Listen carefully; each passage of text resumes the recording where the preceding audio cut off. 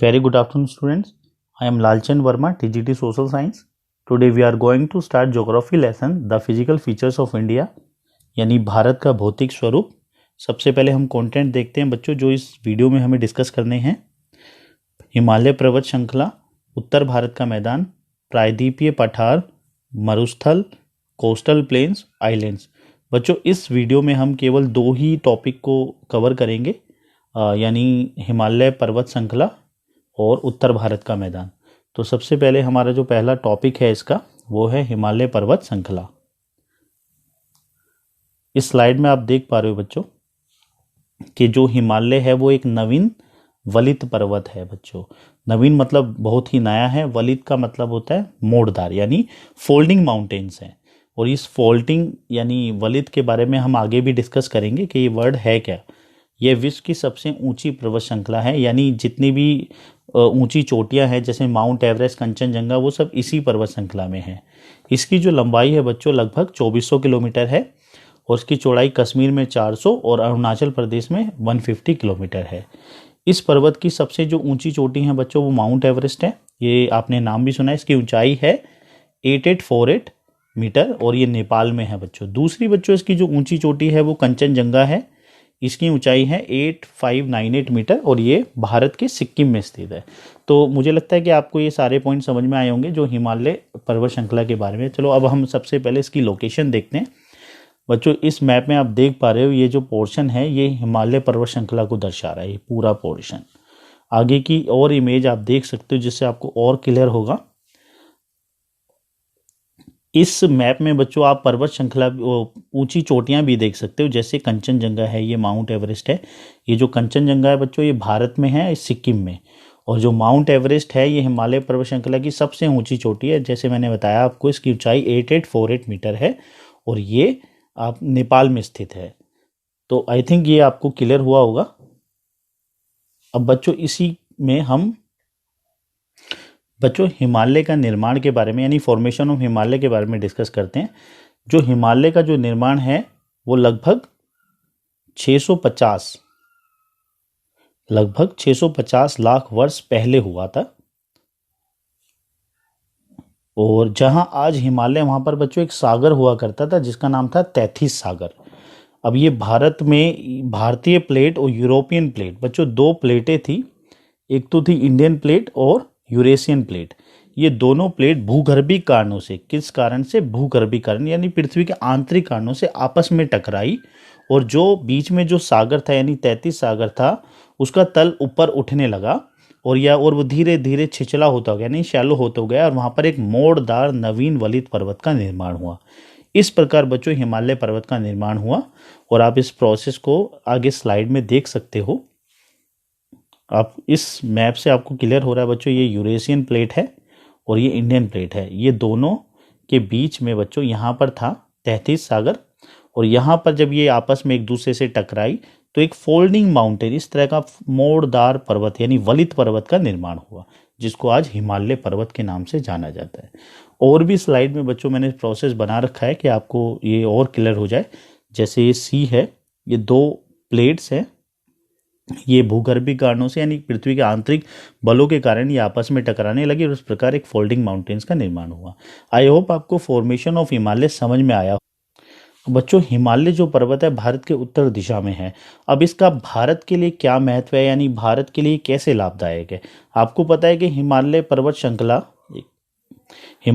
श्रृंखला बच्चों उसमें बहुत से हिमनद है। हिमनद मतलब ग्लेशियर, जिससे नदियां निकलती है। और नदियां जो हैं वो भारत के उत्तर मैदान के अंदर बच्चों बहुत ही उपजाऊ मिट्टी लाती है, जो कि कृषि के लिए बहुत अच्छा और इस मैदानों को बहुत उपजाऊ बनाती है। और हिमालय पर्वत जो है बच्चों वो मध्य एशिया से आने वाली ठंडी हवाओं से हमें बचाता है। और दूसरी चीज़, मानसूनी जो पवनें होती हैं जो बंगाल की खाड़ी और अरब सागर में उत्पन्न होती हैं, वो हिमालय से टकराकर उत्तर भारत के मैदान में वर्षा करती है, यानी वर्षा के लिए भी हिमालय बहुत सहायक है।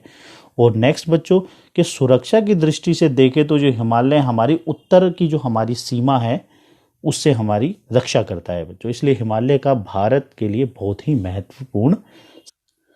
बच्चों आगे के क्रम में हम डिस्कस करते हैं कि हिमालय का वर्गीकरण, यानी हिमालय को हमने बेसिकली इसका वर्गीकरण के दो आधार रखे हुए हैं। एक है इसका नॉर्थ टू साउथ यानी उत्तर से दक्षिण की ओर, दूसरा है पश्चिम से पूर्व की ओर यानी वेस्ट टू ईस्ट। तो बच्चों पहला इसका जो वर्गीकरण देखते हैं, जब हम इसको उत्तर से दक्षिण की ओर देखते हैं तो इसके तीन पार्ट है बच्चों। एक है आपका महान हिमालय जिसको हम इंग्लिश में ग्रेट हिमालयस कहते हैं, दूसरा है निम्न हिमालय जिसको लेसर हिमालयस या फिर इसको बच्चों हम मध्य हिमालय के नाम से भी जानते हैं, और तीसरा है शिवालिक। तो बच्चों जो आपका महान हिमालय वो हिमालय का सबसे इंटरनल पार्ट है। अगर हम इसको उत्तर दिशा से देखें तो पहला भाग है, और बच्चों ये हिमालय का सबसे उत्तरी भाग है। ये सतत है, सतत का मतलब होता है कॉन्टिन्यूज है, ये कटा नहीं है कहीं से भी।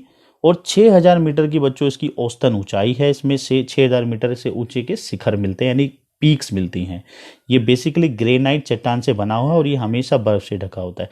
जो आपने चोटियों के नाम सुने बच्चों, जैसे माउंट एवरेस्ट, कंचनजंगा, ये सब महान हिमालय के ही भाग है। इसके बाद बच्चों एक निम्न हिमालय, इसके हिमाद्री के नीचे यह एक परिवर्तित चट्टान। बच्चों हिमाद्री महान हिमालय का ही एक नाम है। हिमाद्री के नीचे एक परिवर्तित चट्टानों से बना है। इसकी ऊंचाई बच्चों 3700 से 4500 मीटर के लगभग है और उसकी चौड़ाई 50 किलोमीटर के लगभग। इसमें बच्चों कुछ घाटियां हैं, जैसे जिसको कुल्लू घाटियां, ये सभी हिल स्टेशन जितने भी है वो सब इसी हिमालय में पाए जाते हैं। नेक्स्ट है शिवालिक। शिवालिक सबसे बाहरी या यूं कह लो कि सबसे अगर हम उत्तर दिशा में देखें तो सबसे आंतरिक, और अगर हम नीचे से देखें दक्षिण से देखें तो सबसे बाहरी हो गई।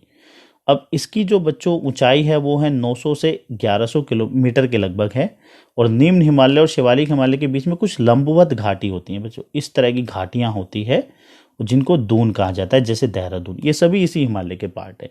तो ये उत्तर से दक्षिण हिमालय का वर्गीकरण हो गया। नेक्स्ट में हम बच्चों आप इसको देख पा रहे हो उसकी लोकेशन। ये जो पोर्शन है 1 नंबर का, ये ग्रेट हिमालय यानी आपका, और दूसरा लेसर हिमालय, और नंबर तीसरा शिवालिक हिमालय। ये 3 पार्ट आपको दिखाई दे रहे हैं। एक और मैंने आपका मैप रखा है, इसको देख सकते हो आप। ग्रेट हिमालयस, लेसर हिमालयस और आउटर हिमालयस यानी शिवालिक, ये तीनों पार्ट हिमालयस के आप देख सकते हो।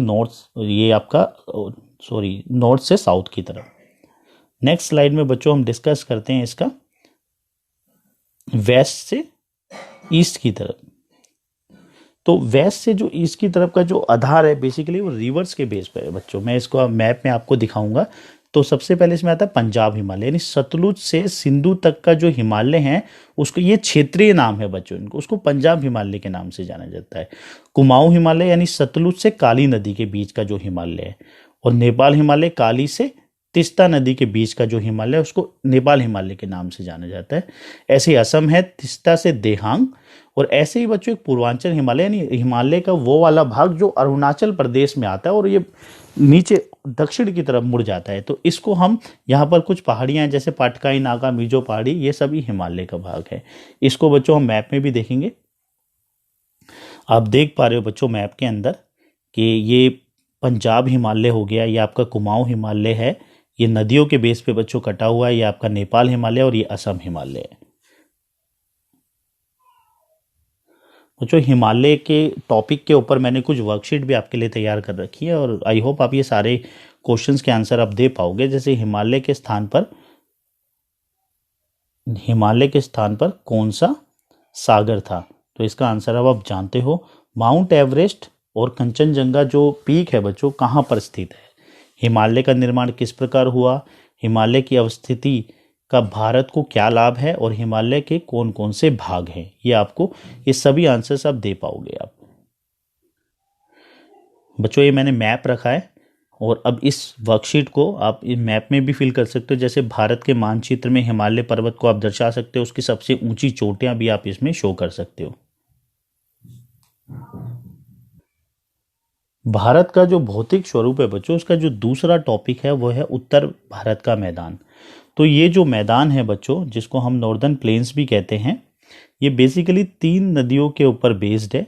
एक तो सिंधु नदी तंत्र जिसको इंडस रिवर कहते हैं, गंगा नदी तंत्र और ब्रह्मपुत्र नदी। और ये जो पूरा जो एरिया है बच्चों उत्तर भारत का मैदान, ये 7 लाख वर्ग किलोमीटर का क्षेत्र है, इतने एरिया में ये फैला है। और इसकी जो लंबाई है वो 2400 किलोमीटर है, और चौड़ाई है 240 से 320 किलोमीटर, ये इस एरिया का है। और ये अत्यंत उपजाऊ है, इसलिए यहाँ पर सबसे ज़्यादा जो डेंसिटी है, डेंसिटी ऑफ पॉपुलेशन है, यानी जनसंख्या का एक बहुत बड़ा हिस्सा इसी मैदान में रहता है, क्योंकि ये क्षेत्र काफ़ी उपजाऊ और रहने के लिए उपयुक्त है। मैं बच्चों इसकी लोकेशन दिखाना चाहूँगा आपको। जैसा कि हमने डिस्कस किया कि जो 3 नदियों का जो क्षेत्र है, जैसे इंडस यानी सिंधु नदी, गंगा और ये ब्रह्मपुत्र, ये वाला जो पोर्शन है बच्चों, ये पूरा आपका उत्तर भारत का मैदान है। ये आप लोकेशन देख पा रहे हो उसकी। अब बच्चों ये जो उत्तर, इसको बेसिकली 3 भागों में विभाजित किया जाता है। एक है पंजाब का मैदान, ये पश्चिमी भाग है जो कि सिंधु और उसकी सहायक नदियों जैसे झेलम, चेनाब, रावी, सतलुज और ब्यास के बहाव से बना है। ये सिंधु की सभी सहायक नदी है और इनके बहाव से ये क्षेत्र तैयार हुआ है। दूसरा है गंगा का मैदान, घग्गर, तीस्ता और इनके बीच फैला हुआ है और भारत का उत्तरी राज्य तक विस्तृत है। और तीसरा है ब्रह्मपुत्र का मैदान, ये बेसिकली असम यानी असम के अंदर है। ये इसके 3 भाग है बच्चों। इस इमेज में आप देख सकते हो, ये जो ऑरेंज कलर का जो पोर्शन है ये उत्तर भारत का मैदान शो कर। नेक्स्ट और बच्चों मैं आपको दिखाता हूं उसे। ऊंचावच के आधार पर बच्चों इसको हम 4 भागों में, ऊंचावच यानी ऊंचाई के आधार पर, थोड़ा एलिवेशन के आधार पर, तो बच्चों ये 4 भाग हैं इसके। एक है भाबर, एक तराई, बांगर और खादर। अब ये भाबर क्या है, पर्वत से जब नदियां निकलती हैं बच्चों, तो वो कंकर पत्थर के एक संकरे क्षेत्र में प्रवेश करती है, यानी शिवालिक की ढलानों से नीचे, और वो लुप्त हो जाती है। ये वाला जो क्षेत्र है बच्चों, इसको भाबर कहते हैं। तराई का क्षेत्र कौन सा है, नदियों की जो धाराएं हैं दोबारा एक दलदली चिपचिपी सतहों पर आ जाती है, इस क्षेत्र को तराई कहते हैं। ऐसे ही बांगर, ये उत्तरी भारत का वो वाला मैदान है जो पुराना जलोढ़, यानी कभी पहले यहाँ पर इस एरिया में बाढ़ आया करती थी लेकिन अब नहीं आती। और खादर क्या है, ये नया बाढ़ का मैदान है, यानी यहाँ पर ये बहुत उपजाऊ है और यहाँ पर हमेशा बाढ़ का संभावना बनी रहती है, यानी काफ़ी उपजाऊ है ये वाला क्षेत्र। तो ये बच्चों ऊंचावच के आधार पर इसके 4 क्षेत्र है और इन्हीं क्षेत्रों को आप मैं नेक्स्ट इमेज में आपको दिखा देता हूँ। बच्चों आप ये देख पा रहे हो, जैसे ये हिमालय पर्वत है, जब यहाँ पर इस एरिया को हम, जहाँ पर नदियाँ जो इस पत्थरों के नीचे लुप्त हो जाती है, इस एरिया को भाबर कहते हैं सॉरी। दोबारा जब नदी चिपचिपी पर उस सतह पर आती है तो इसको तराई कहते हैं।